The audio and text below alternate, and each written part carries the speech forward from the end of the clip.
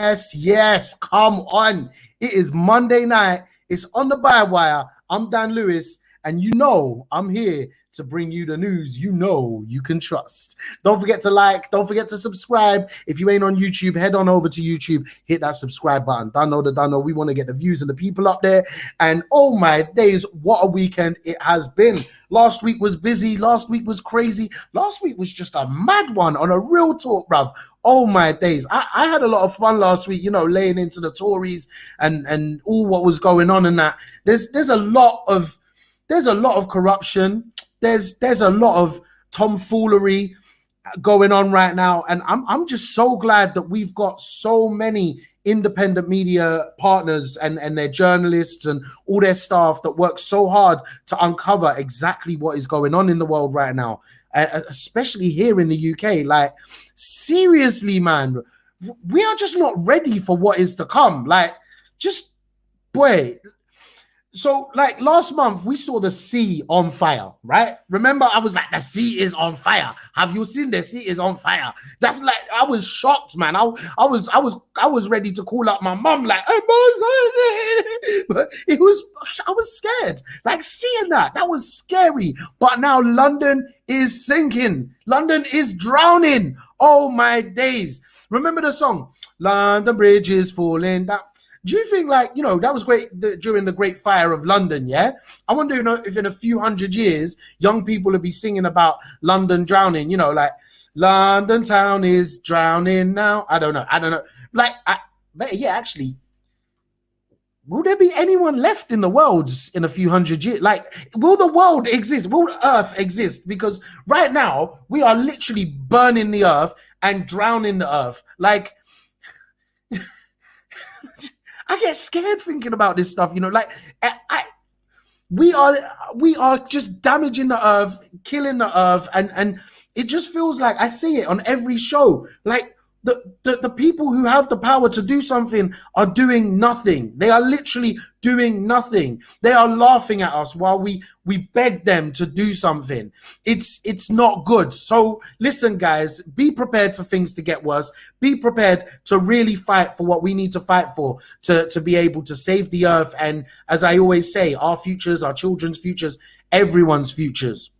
Because capitalism is doing its job and it's failing us. Honestly, well, I suppose it never was meant to do anything good for us, but you get my drift. Like, imagine it's the start of an 80s film and you see a flooded city and there's a radio playing in the background as the inhospitable environment of the Earth continues to worsen. The Amazon space station has expanded, making it now the largest, taking over the Virgin Billionaires Club station, which is currently facing combustion issues and being escorted to the Trump space network onto Mars for repairs. Just imagine, like, we're literally in some 80s sci-fi movie. Like, you think billionaires are going to space just after a pandemic to create a space tourism industry? A global pandemic, and there's billionaires shooting off to space. Yeah. Let that sink in. Literally, open the door and bring the sink in, man. Come on. The children were calling for climate action. They were right. They were spot on, and the billionaires knew this. But the difference between us and them is that we made them so rich, they're not worried. Meanwhile, President Vladimir Putin this weekend has been flexing his military muscles. He, basically what happened was the UK, one of their UK warships passed the Crimea Peninsula. So Vladimir's out here like, I'm not going to try and do an accent because I think it would just be totally inappropriate because I can't do one.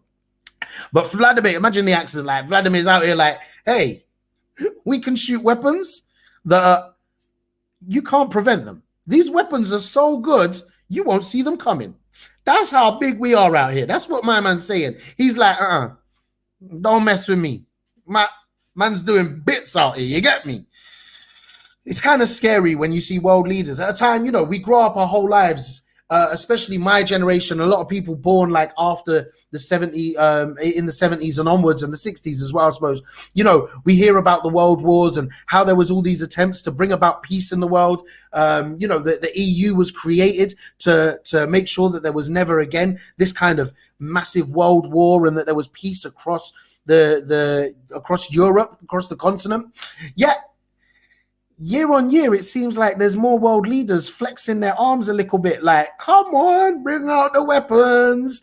You know, there was all that talk from Blair back in the early 2000s about weapons of mass destruction in the Middle East. I'm still wondering, did we find the weapons? Did we find them? Did they exist? No, I don't think they did. But you get me. And what did we do? We went to war. We went to war when we're meant to be, you know, post World War II. There's meant to be peace in the world. It's just not good, people. It's really not looking good. Back to the climate crisis, and torrential monsoon rain in India has caused mudslides, and this is leaving recent death tolls rising to 125. Workers out there are doing their best with members of the community to go through all of the mud and the destroyed buildings to try and find survivors. I send all of my love out to all the brothers and sisters in India, and I really hope that there are not any more deaths. And another message to the world leaders: look what you're doing. I suppose most world leaders aren't really bothered when brown people die, though, are they? Let's be honest. Now, someone who does care about what goes on in the world, Jolyon Rubenstein, yes, brother, Wagwan, keeping it real, don't know, has relaunched his campaign to end lying in Parliament. Now, this does open up the question as to what the point in the Conservative Party will be anymore if they can't lie. Because isn't that the point? They're just liars. Like, I don't know. This, of course, is in the wake of Dawn Butler's launch of her campaign to clean up Parliament. Last week, yes, Dawn went into Parliament on the last day of sitting this year. So basically, Tories, like, you know, everyone else who gets a job, except for teachers, respect to teachers, everyone else who gets a job, you know, they work all year round. But Conservatives can't quite do that. They need a bit of a break. So they have a massive break over summer. They also have a massive break over Easter and Christmas as well. But you guys get to work, stay and work, and there is no maximum heat that you can work in. So don't try to get out of it that way, okay? Just stay and work. There are many MPs, I must say, though, that do go back to their constituencies and they are working throughout the summer. Everyone's entitled to a holiday, of course. But there are many Tory MPs who just see this as an opportunity to enjoy their summer. And, you know, unlike footballers who go on holiday and end up in the tabloids because they've been on holiday, MPs don't appear in the tabloids for going on holiday while they should be, you know, dealing with the climate crisis, dealing with child poverty, dealing with the fact that our country is falling apart, our NHS is falling apart, or you know, like the fact that there's a global pandemic on, you know, while everyone else had to go back to work and, you know, things are back to normal and no masks and all that. I didn't see many politicians, any members of Parliament sitting in the House of Commons now, did we? These guys are taking the mick, and it just continues. So all credit to Dawn Butler for going into Parliament and calling out Boris Johnson for being a liar and also launching this campaign to clean up Parliament. Let's hope that she does very well with it. Once we see more details on it, you know, I'm sure we will get behind that campaign and be very supportive. The invitation is open for Dawn to come on the show and talk about that a little bit more once she's got that going. Now, she has also said over the weekend that she has, quote, no intention of standing for leader of the Labour Party, end quote, because she doesn't, quote, have the patience to deal with all the bullshit, frankly, end quote. Fantastic, Dawn. Like I say, let's see what this campaign involves, and hopefully it will be the start of something good, something big, something new, and something that actually brings about some change. In world news now, Lebanese President Michael Owen today, Owen? own today held a brief meeting with leading businessman Najib Mikati, set to receive the backing of a majority of parliamentarians later in the day to try and form a government. We'll keep an eye on what is to come for the Lebanese people with these revelations. Very interesting times. Now, a moment of pride and a moment that nearly brought some tears to my eyes today was seeing Tom Daley take gold in the Olympics. Big up, Tom, my guy. Come on, fam. Do you know what? Enough respect. You deserve it. You've worked hard and you faced a lot of horrible situations. So enough respect from the team here on the Bywire. And honestly, big up all of Team GB. No matter what color your medal is, or even if you don't get a medal, we're proud of you. And we hope you enjoy your time in Tokyo. I know it's a bit mad out there right now. We've seen the videos on social media. We've seen the way that the Olympic Committee are trying to make things seem a bit normal. But yeah, you know, the Olympics have begun like never before. And it's an unbelievable sight to see, really. It's going to be interesting to see how things progress. But I have all faith in Team GB. Unlike Mr. Piers Morgan, I am sure that we will be very proud no matter the color of the medal that they bring back. Now, something else we didn't expect to see is the rise of Labour to 2 points behind the Tories in UK polls. This gives Keir Starmer a boost to his summer of meeting the public and getting to know people off of Zoom. I'm just listening on my fake headphone to news in that man's still in isolation. Oh, so much for supporting the government in everything they do. Kids sitting there in isolation, trying to run a whole party. Although saying that, I'm not really sure where the Labour Party's at right now. Aren't they about to claim bankruptcy? Letting off 90 staff and not having any money in the bank? Wasn't that the party like with the most members in Western Europe, like just 18 months ago or something? It's not looking good for you, Keir, although the polls seem to be bringing you up. It seems, though, that the two leaders, Starmer and Johnson, are still equally unpopular amongst the public. We are in a state of affairs where you can vote for a liar or a guy who supports the liar, but agrees he is a liar while supports the disciplinary action of anyone who calls him a liar in Parliament.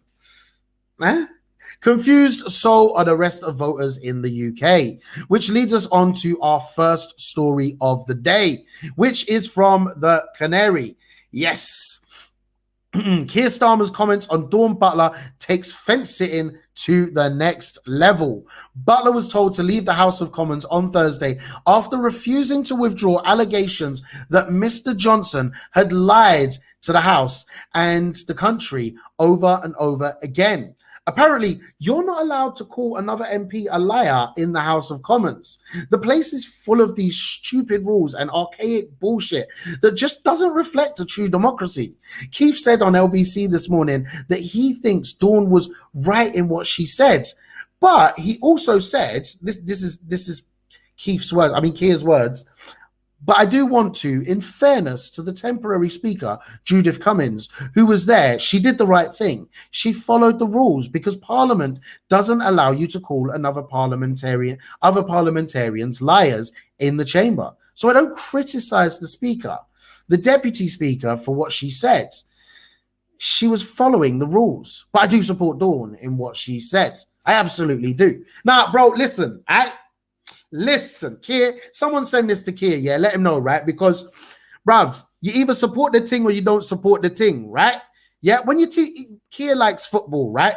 So when your team's playing and you see something happens and you say, and you see your team has been fouled, right?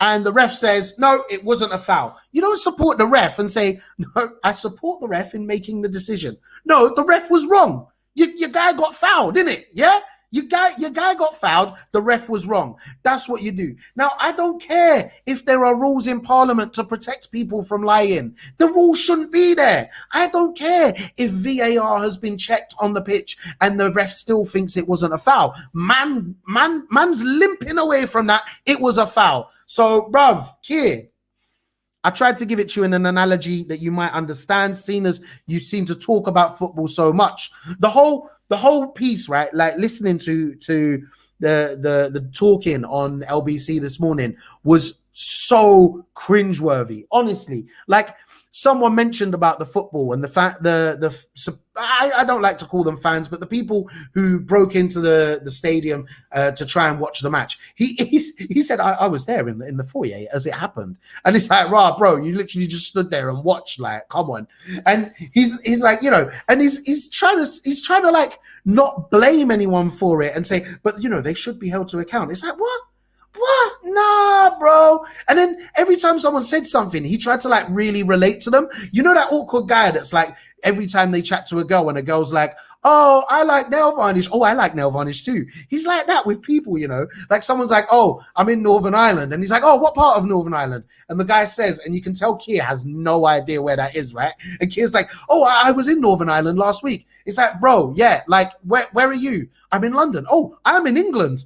So I love the guy's response. He's like, yeah, that's grand. Anyway, so, and he you know what? I would say that it felt a little bit like some of the callers maybe were, their questions were slightly censored or they were chosen specifically. But there were a couple that got in there and did really kind of show Keir up. On the NHS, I don't think he did well. He tried to flip and flop between talking about the 3% being okay, but not okay, but supporting the 3%, but not supporting the 3%.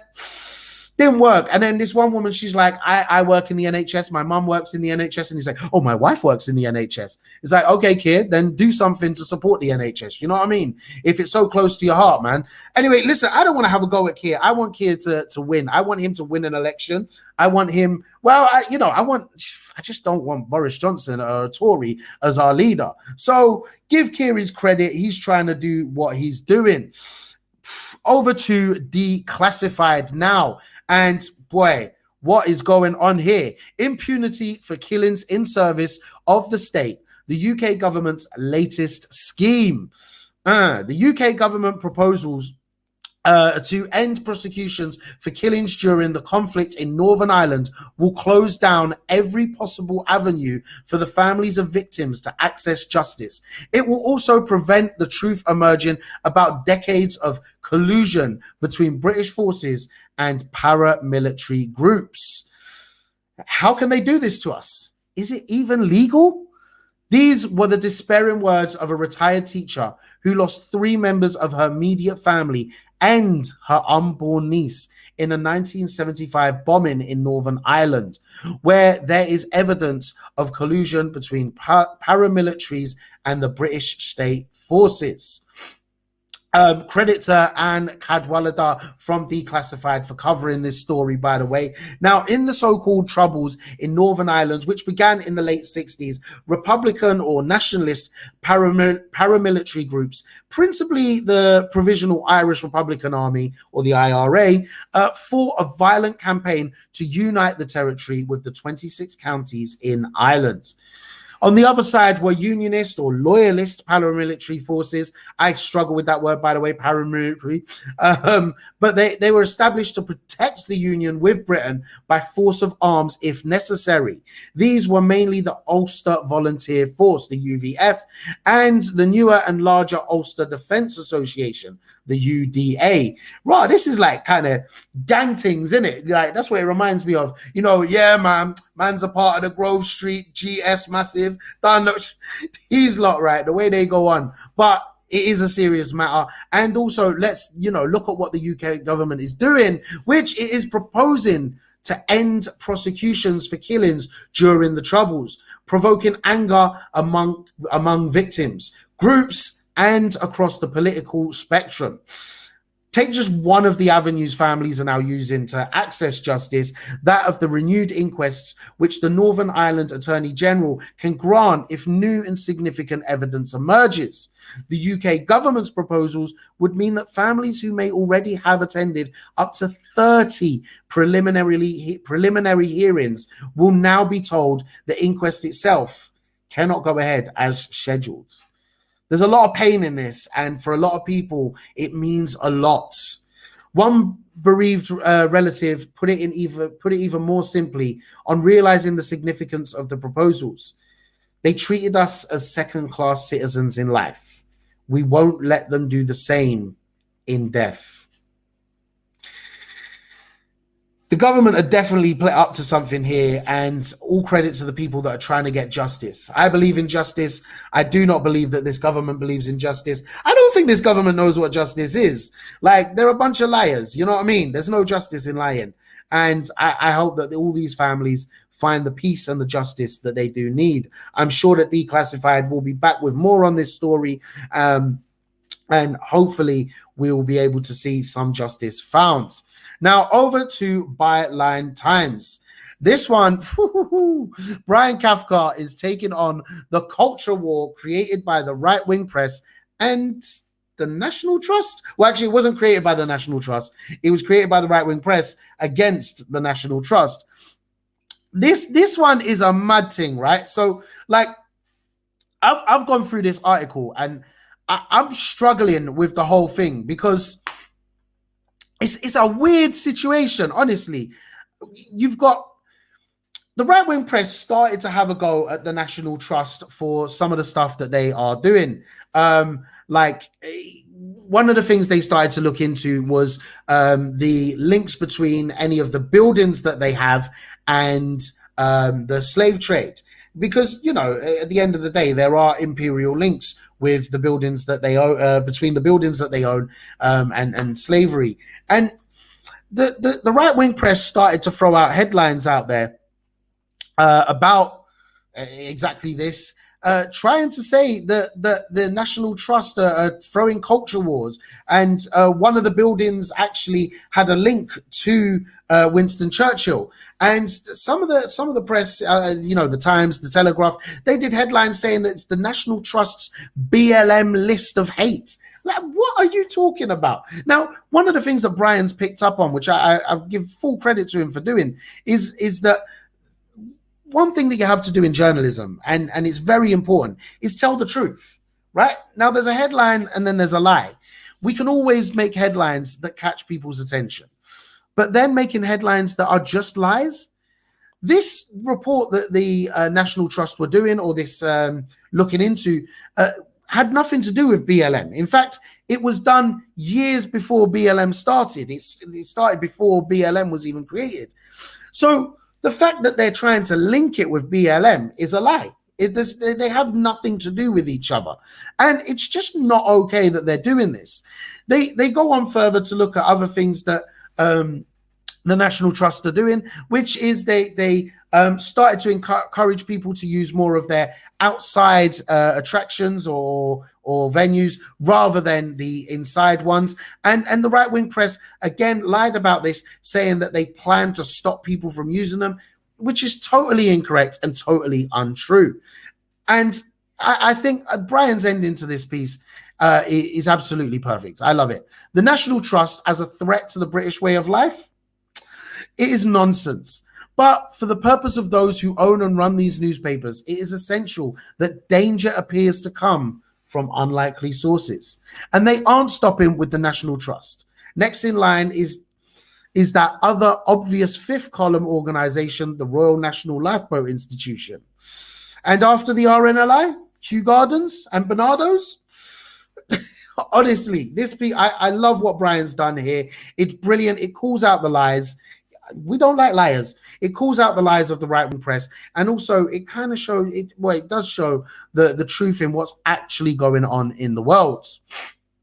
Now, our friends in Money, the Meteor's latest piece on care homes reveals that the death toll topping the graphs in the UK. Thanks to Conrad Bauer for covering this story. A care home in Wigan has recorded the most deaths due to COVID-19 over a year of any care home in England, according to data released by the Care Quality Commission. Care homes recording the highest number of COVID deaths in each Greater Manchester borough are presented. A care home in Wigan has recorded the most deaths, and this across Greater Manchester. There's 1,944 care home residents that have died due to COVID between the 10th of April 2020 and the 31st of March 2021, with over half dying during the first wave of the pandemic across England. The total number of COVID care home deaths was 39,265 over the year, according to the CQC data. In Greater Manchester, care homes COVID deaths were recorded in Wigan with a total of 291. Trafford registered the lowest number of deaths with 139. Bury, which recorded the fifth largest number of overall deaths at 202, is also the location of Gauzy Clough Nursing Home, which registered the third highest number of COVID deaths, 33 in total in Greater Manchester. Now, the article takes into account the whole report and breaks down the figures fantastically, showing that this pandemic is not over. People who are meant to be in safe locations, care homes, are at high risk.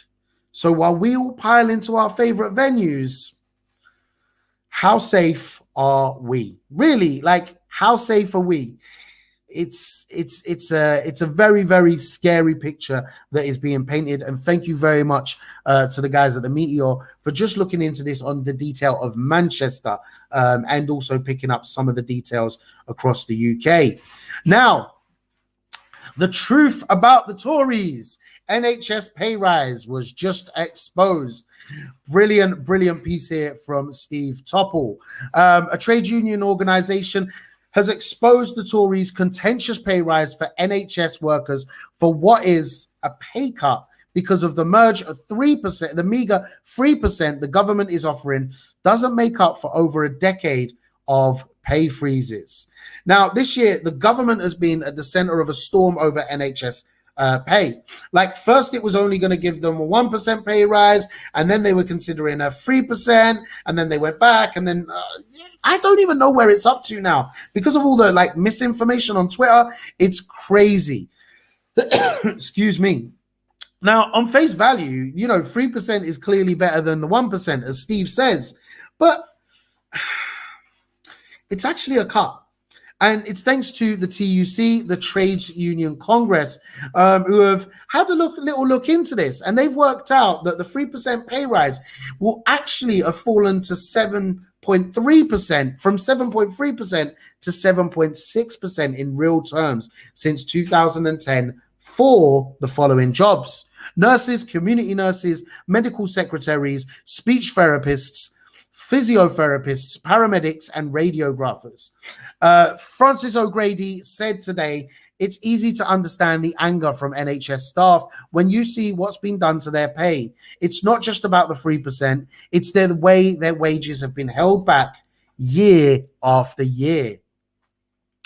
Now, they've definitely already had enough. Like, the Canary have previously reported on the campaign group of NHS staff, NHS workers say no. They've been running a campaign for a 15% pay rise or a £3,000 pay rise, whichever is greater. And as of Sunday, the 25th of July, 3 p.m., there was already 817,000 people that had signed the petition. Earlier in the week, the group had taken the petition to Parliament. Credit to the MPs that went along with them. I think there was Ian Byrne and Jeremy Corbyn. These guys getting in and supporting. I know that many other MPs wanted to join them on this, but couldn't as well. And so there's a lot of MPs that have gotten behind this. It's not often that you can credit loads of MPs for something, but, good on them for getting behind the thing. Now, this fight for decent pay will continue. The Canary highlight that there is another march at 5 p.m. this Friday, the 30th of July, that's from St. Thomas's Hospital to Downing Street. Check out Nurse Say No on Twitter. That is Nurse Say No on Twitter for their protest information. Go and support them, man, because do you know what? This year, the NHS, all of the staff in the NHS have held us up. They've held us up. They have got the biggest muscles in the game right now. And if there's anyone that deserves our support right now, it is NHS workers. Now, we've got to highlight Dawn again. She's getting numbers right now when it comes to the mentions out here. But she said it seems that Boris Johnson and the Tories have no heart, because not only are they delivering a real terms pay cut to NHS staff, they are also freezing most teachers' pay too. But if the Tories think workers will take this lying down, They are sorely mistaken. Big up Steve Topple for covering that story. That is our headline story tonight. Massive credit to the NHS workers, the nurses, the doctors, all of them, the paramedics going out there, you know, all the different things they have to face. It is just working class heroes all over the gaff. We cannot thank you enough. Clapping on our doorsteps was only a minor thing, a minor step that we can take to show you our appreciation. Now it's time that we pull up our sleeves and we fight for what you deserve. So people, please check it out. Nurse Say No on Twitter. Don't know the don't know. It is what it is. Now, listen, guys. Thank you so much for joining us on the show. We appreciate all of your support. I love chatting to you guys during the week on social media, hearing what stories you've been interested in. But we can only do this with your support. So please, after the show, head on over to our YouTube channel, hit that subscribe button. And if you haven't already, head to bywire.news and add it to your home screen on your phone, on your laptop. Make it your homepage on your browser. Forget Google. Bun Google, man. They don't care about you. We do. And also, we give you the news that you know you can trust. Big up you guys for tuning into the show tonight. My name is Dan Lewis. This is On the Bywire. We will be back tomorrow at 9 p.m. and Wednesday and Thursday and next week on the same days too. You guys, hope you have a lovely night. Peace, love, and I'll see you tomorrow.